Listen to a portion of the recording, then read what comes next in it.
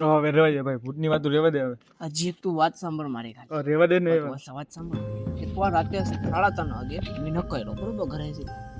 હારીઓ પૂછ્યો ને 3:30 વાગે ઘર રાતના હારીઓ પૂછ્યો ને ગાડી લઈને જતો હતો ને ત્યાં ભૂતડી દેખાણી. મેં ગાડી પકડીને તો ભૂતડી બી ગઈ મારી ગાડીની વાહે. હા હવે ઈ જ ભૂતડીની મારી બાયડીને ખબર પડે કે મારે કોકને લઈને જતો હતો છોકરીને.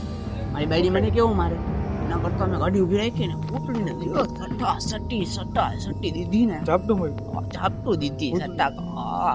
પછી ભૂતડી ભાઈ ગઈ ઊંઝા પગ કરીને. પછી શું પછી મેં ઘરે આવી લ્યો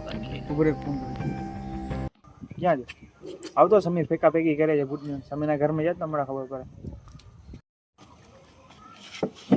જો હજી એક વાત કહું. 5 minutes later. કેમ વાત હતી બાકી આપી આવી વાતો તો પહેલી વાર સાંભળી ખોટી. હે તો વાંધો